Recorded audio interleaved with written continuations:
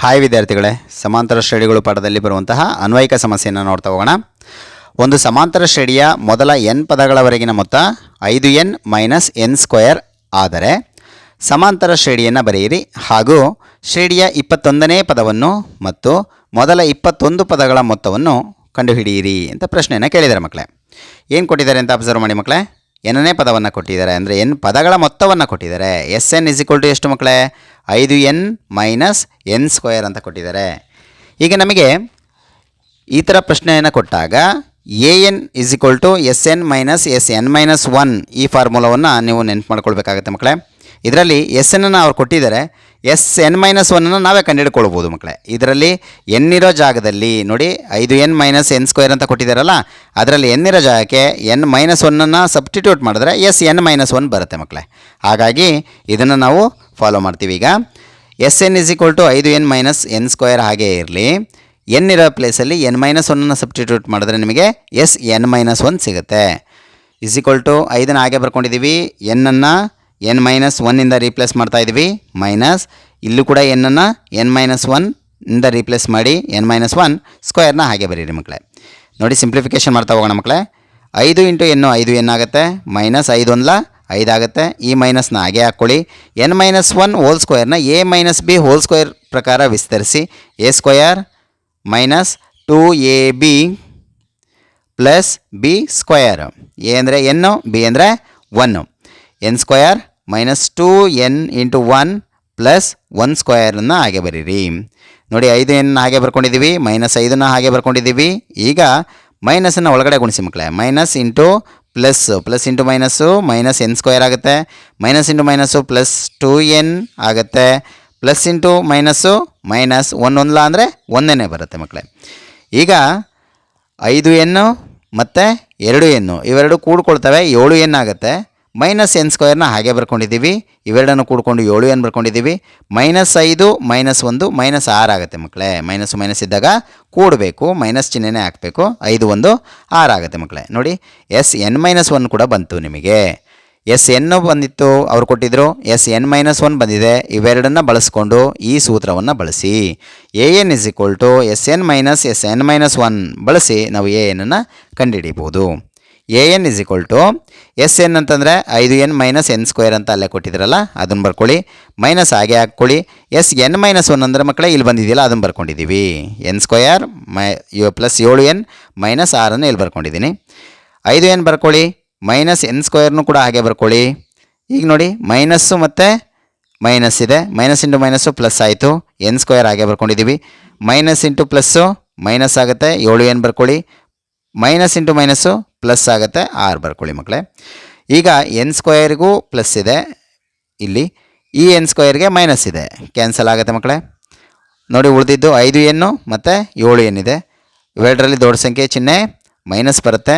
So minus 7ರಲ್ಲಿ 5 ಕಳೆದಿದ್ದು 2n ಬರುತ್ತೆ, plus 6 ಹಾಗೆ ಬರ್ಕೊಂಡಿದ್ದೀವಿ. ನೋಡಿ ಇದನ್ನೇ an = ಮೈನಸ್ 2n ಪ್ಲಸ್ 6 ಅಂತ ಬಂತು ಮಕ್ಕಳೇ. ಇದನ್ನು ಬಳಸ್ಕೊಂಡು ನಾವು ಸಾಮಾನ್ಯ ವ್ಯತ್ಯಾಸವನ್ನು ಕಂಡುಹಿಡಿಯಬಹುದು. ನೋಡಿ an = ಮೈನಸ್ 2n ಪ್ಲಸ್ 6. ಈಗ ಸಾಮಾನ್ಯ ವ್ಯತ್ಯಾಸ ಅಂದರೆ ಏನು ಮಕ್ಕಳೇ? a2 minus a1 d = a2 minus a1 ಅನ್ನೋ ಫಾರ್ಮುಲನ್ನು ನೀವು ನೆನ್ಪಿಟ್ಕೋಬೇಕು ಮಕ್ಕಳೇ. d = a2 minus a1. ಹಾಗಾದರೆ a2 ಮೈನಸ್ a1 ಬೇಕು ಅಂದರೆ, a2 ಬೇಕು ಅಂದರೆ an-ನಲ್ಲಿ n ಇರೋ ಪ್ಲೇಸಿಗೆ 2 ಹಾಕಿದ್ರೆ a2 ಸಿಗುತ್ತೆ, n ಇರೋ ಜಾಗಕ್ಕೆ 1 ಹಾಕಿದ್ರೆ a1 ಸಿಗುತ್ತೆ ಮಕ್ಕಳೇ. ಹಾಗಾಗಿ ಫಸ್ಟಿಂದ a1 ಮಾಡ್ತಾ ಹೋಗೋಣ ಮಕ್ಕಳೇ. a1 ಅಂತಂದರೆ ಇದೇ ಸೂತ್ರಕ್ಕೆ n ಇರೋ ಪ್ಲೇಸಲ್ಲಿ 1 ಹಾಕಿ, ಮೈನಸ್ 2 ಹಾಗೆ ಬರ್ಕೊಂಡಿದ್ದೀವಿ, n ಇರೋ ಪ್ಲೇಸಲ್ಲಿ 1 ಹಾಕಿದ್ದೀನಿ, ಪ್ಲಸ್ 6 ಹಾಗೆ ಬರ್ಕೊಂಡಿದ್ದೀವಿ ಮಕ್ಕಳೇ. ಮೈನಸ್ 2 1 2 ಪ್ಲಸ್ 6 ಹಾಗೆ ಬರ್ಕೊಳ್ಳಿ, ಪ್ಲಸ್ಸು ಮೈನಸ್ ಇರೋದ್ರಿಂದ ಕಳಿಬೇಕು, 6ರಲ್ಲಿ 2 ಕಳೆದಿದ್ದು 4 ಬರುತ್ತೆ. ಸೊ a1 ಅಂದರೆ ಎಷ್ಟು ಬಂತು ಮಕ್ಕಳೇ? 4 ಬಂತು. a1 ಅಂದರೆ ಬೇರೆ ಏನೂ ಅಲ್ಲ, ಏನೇ ಮಕ್ಕಳೇ. ಹಾಗಾಗಿ ಮೊದಲನೇ ಪದ 4 ಅಂತಲೂ ಸಿಕ್ತು ನಿಮಗೆ. ಈಗ a2 ಮಾಡೋಣ ಮಕ್ಕಳೇ. ಇದರಲ್ಲಿ n ಇರೋ ಪ್ಲೇಸಲ್ಲಿ 2 ಹಾಕೋಣ. a2 = ನೋಡಿ ಮೈನಸ್ 2 ಹಾಗೆ ಇರಲಿ, n ಇರೋ ಪ್ಲೇಸಲ್ಲಿ ಏನು ಹಾಕಬೇಕು ಮಕ್ಕಳೇ? 2 ಹಾಕಬೇಕು, ಪ್ಲಸ್ 6 ಹಾಗೆ ಬರ್ಕೊಳ್ಳಿ, ಮೈನಸ್ 2 2 4 ಆಯಿತು, ಮೈನಸ್ 4 ಆಯಿತು, ಪ್ಲಸ್ 6 ಹಾಗೆ ಬರ್ಕೊಂಡಿದ್ದೀನಿ, ಪ್ಲಸ್ಸು ಮೈನಸ್ ಇರೋದ್ರಿಂದ ಕಳಿಬೇಕು, 6ರಲ್ಲಿ 4 ಕಳೆದ್ರೆ 2 ಬರುತ್ತೆ. ಸೊ a2 ಎಷ್ಟು ಬಂತು? 2 ಬಂತು ಮಕ್ಕಳೇ. ನಮಗೆ ಡಿಗೆ ಸೂತ್ರ ಗೊತ್ತು, D is equal to A2 minus A1 ಅಂತ. A2 ಅಂದರೆ 2 ಬಂದಿದೆ, ಮೈನಸ್ A1 ಅಂದರೆ 4 ಬಂದಿದೆ. 2ರಲ್ಲಿ 4 ಕಳೆದ್ರೆ ಮೈನಸ್ 2 ಉತ್ತರ ಸಿಗುತ್ತೆ. ನಿಮಗೆ ಎ ಅಂದರೆ 4 ಅಂತ ಸಿಕ್ಕಿತು, ಡಿ ಅಂದರೆ ಮೈನಸ್ 2 ಅಂತ ಸಿಕ್ಕಿದೆ ಮಕ್ಕಳೇ. ಮೊದಲ ಮತ್ತು ಸಾಮಾನ್ಯ ವ್ಯತ್ಯಾಸ ಸಿಕ್ಕಿದೆ. ಈಗ ಇದರಿಂದ ನಾವು ಸಮಾಂತರ ಶ್ರೇಣಿಯನ್ನು ಬರೀಬೋದು ಮಕ್ಕಳೇ. ಸಮಾಂತರ ಶ್ರೇಣಿಯ ಸಾಮಾನ್ಯ ರೂಪ ಏನು? A plus d, a plus 2D ಆಗಿರುತ್ತೆ ಮಕ್ಕಳೇ. ಈಗ ಎ ಅಂದರೆ ಮಕ್ಕಳೇ 4, ನೆಕ್ಸ್ಟು ಎ ಪ್ಲಸ್ ಡಿನಲ್ಲಿ ಎ ವ್ಯಾಲ್ಯೂ 4 ಪ್ಲಸ್ ಡಿ ಅಂದರೆ ಮೈನಸ್ 2 ಅಂತ ಬರ್ಕೊಂಡಿದ್ದೀನಿ. ಎ ಪ್ಲಸ್ 2Dಗೆ ಎ ಅಂದರೆ 4 ಪ್ಲಸ್ 2ನ ಹಾಗೆ ಬರ್ಕೊಂಡಿದ್ದೀನಿ, ಡಿ ಅಂದರೆ ಮೈನಸ್ 2 ಅಂತ ಬರ್ಕೊಳ್ಳಿ ಮಕ್ಕಳೇ. ನಂತರ 4ನ ಹಾಗೆ ಬರ್ಕೊಳ್ಳಿ, 4 ಪ್ಲಸ್ ಇಂಟು ಮೈನಸ್ ಮೈನಸ್ ಆಗುತ್ತೆ, 2ನ ಹಾಗೆ ಬರೀರಿ. 4ನ ಹಾಗೆ ಬರೀರಿ, ಪ್ಲಸ್ ಇಂಟು ಮೈನಸ್ಸು ಮೈನಸ್, 2 4 ಆಗುತ್ತೆ ಮಕ್ಕಳೇ. 4ನ ಹಾಗೆ ಬರೀರಿ, 4ರಲ್ಲಿ 2 ಕಳೆದಿದ್ದು 2 ಆಗುತ್ತೆ, 4ರಲ್ಲಿ 4ನ ಕಳೆದಿದ್ದು 0 ಬರುತ್ತೆ ಮಕ್ಕಳೇ. ಸಮಾಂತರ ಶ್ರೇಣಿ ನಿಮಗೆ ಸಿಕ್ತಲ್ವ ಮಕ್ಕಳೇ. ನಂತರ ನೋಡಿ, ಶ್ರೇಣಿಯ 21ನೇ ಪದವನ್ನು ಕಂಡುಹಿಡಿಯಿರಿ ಅಂತ ಕೇಳಿದ್ದಾರೆ. ಶ್ರೇಣಿಯ 21ನೇ ಪದ A21 ಅಂತ ಬರ್ಕೊಳ್ತೀರಾ. ಹಾಗೆಯೇ A21 ಅಂದರೆ ಎ ಪ್ಲಸ್ 20D ಅಂತ ಬರ್ಕೊಳ್ತೀವಿ. ಎಯನ್ನು ನಾವು ಕಂಡುಹಿಡ್ಕೊಂಡಿದ್ದೀವಿ 4, ಹಾಗೆಯೇ ಡಿನ ಬೆಲೆ ಕೂಡ ನಮಗೆ ಗೊತ್ತು -2. ಎ ಅಂದರೆ 4 ಪ್ಲಸ್ 20ನ್ನು ಹಾಗೆ ಬರ್ಕೊಳ್ಳಿ, ಡಿ ಅಂದರೆ -2.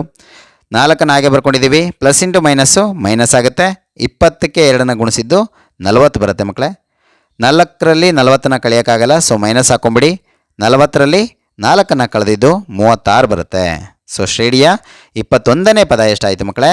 -36 ಆಗಿರುತ್ತೆ. ಇನ್ನೇನು ಕೇಳಿದ್ದಾರೆ ಮಕ್ಕಳೇ? ಮೊದಲ 21 ಪದಗಳ ಮೊತ್ತ.